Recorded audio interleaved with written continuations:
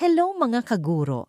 Bago tayo magsimula, huwag kalimutang mag-like at mag-subscribe sa Teacher Updates para lagi kang updated sa mga pagbabago sa DepEd.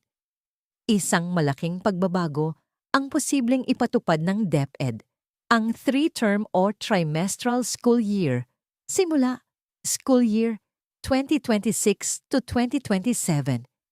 Pero ano nga ba ang ibig sabihin nito sa atin bilang mga guro? Sa 3-term system, hahatiin ang school year sa 3 bahagi o terms sa halip na 2 semester o 1 buong taon. Ibig sabihin, mas maikling learning periods, mas madalas na assessment, mas structured na pacing ng lessons.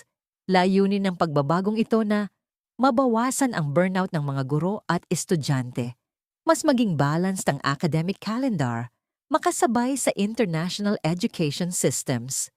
Pero mga kaguro, may mga tanong din. Mas dadalas ba ang grading? Magbabago ba ang bakasyon? Dadami ba ang reports at requirements? Kaya mahalaga na malinaw ang guidelines bago ito tuluyang ipatupad.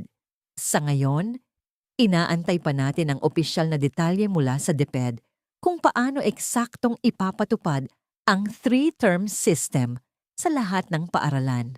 Mga kaguro, pabor ba kayo sa 3-term school year o mas okay ang kasalukuyang sistema?